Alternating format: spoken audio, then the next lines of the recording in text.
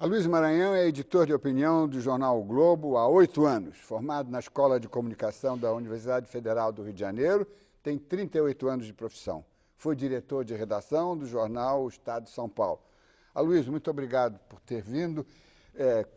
Sempre nós o incomodamos nesse horário, mas eu quero também dizer que você não está aqui para defender a mídia, você está aqui como um jornalista, que vai nos ajudar a examinar um caso que, digamos, já está nas prateleiras, para evitar, inclusive, repetições e, sobretudo, desarmar os espíritos. Eu acho que nós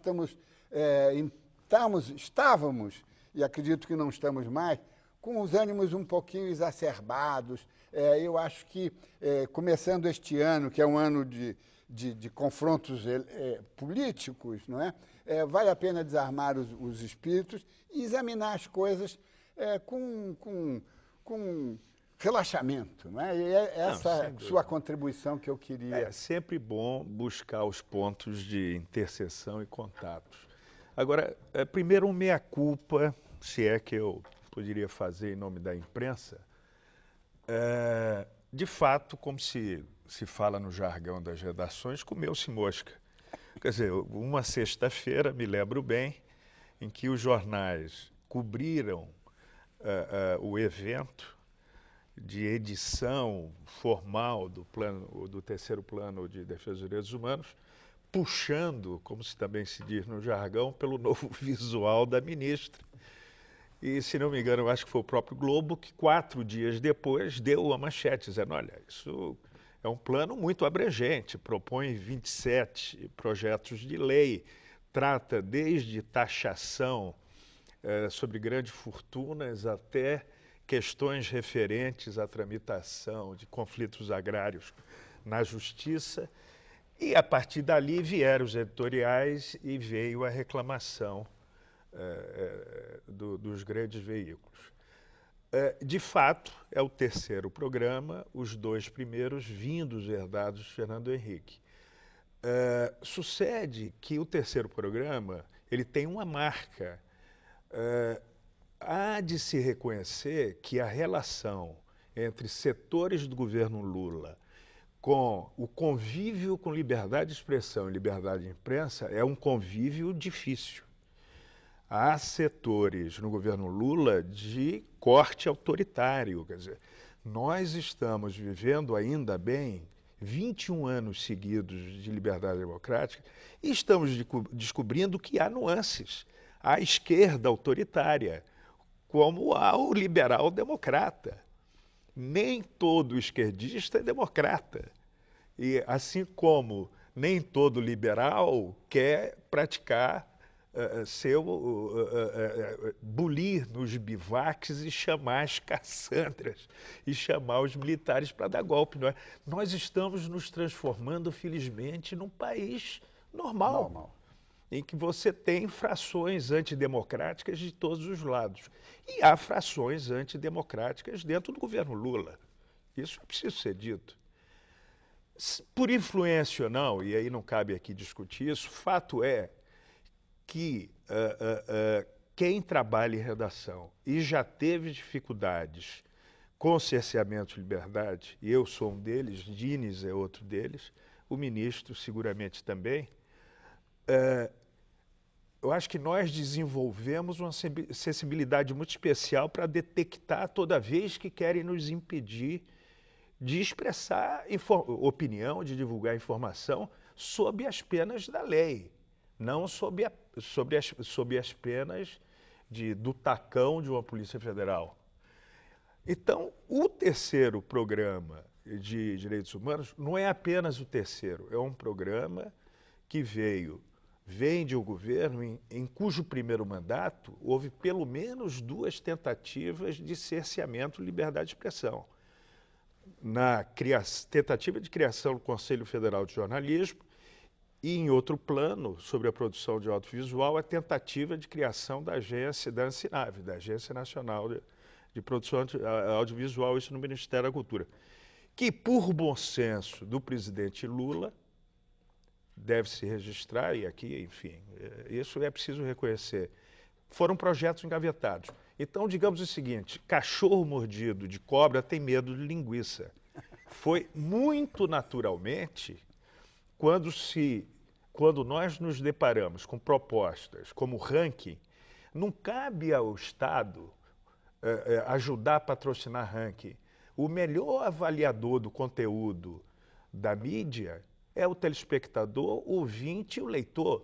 Se o produto escrito, a imagem na televisão, a produção audiovisual e a do rádio é ruim, troca de estação, muda de canal, não compra mais o jornal.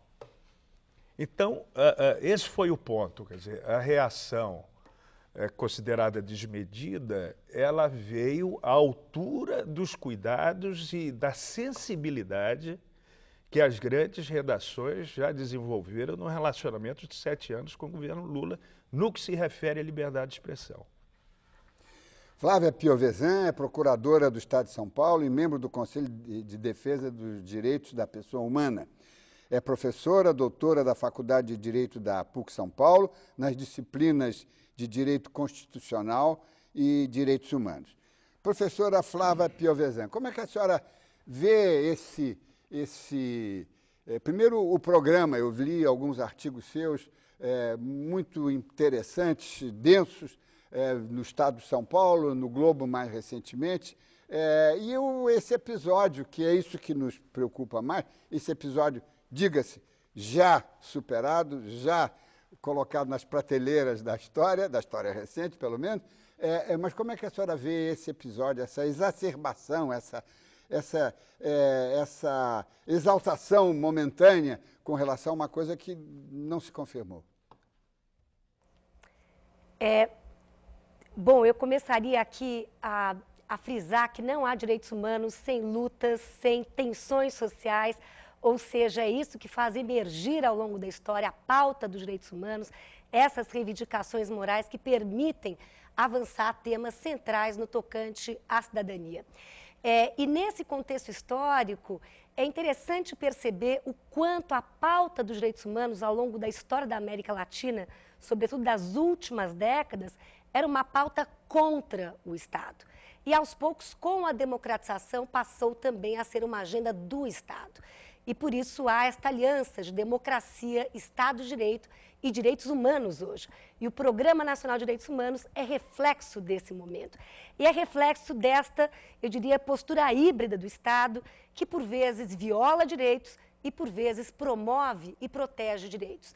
É um programa que busca e traz uma linguagem ambiciosa, abrangente, e que é reflexo, inclusive, do vértice que é a Declaração Universal, esta visão integral de direitos humanos, que traz temas como direitos civis, políticos, econômicos, sociais, culturais, ambientais, no marco de um Brasil denso e complexo, que eu costumo dizer, alia uma pauta pré-republicana com temas da pós-modernidade. É um Brasil que debate o combate à escravidão no campo, o combate ao trabalho forçado e também debate o uso de novas tecnologias, temas de bioética, desenvolvimento sustentável e assim por diante.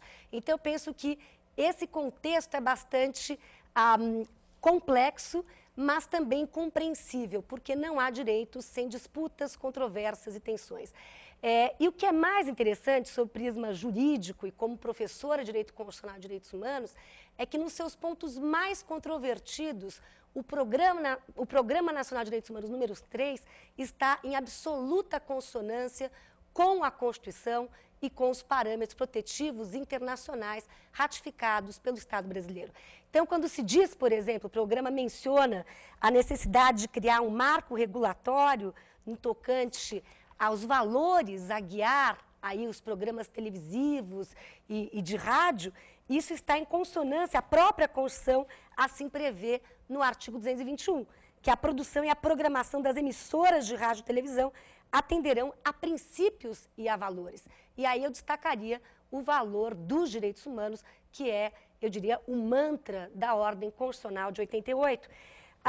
Foi mencionado o Conselho de Comunicação Social, que não é pauta do programa. Professora, eu queria pedir à senhora, vamos fazer um break, um intervalo e voltamos já para aprofundar essas interessantes observações suas. Voltamos daqui a pouco.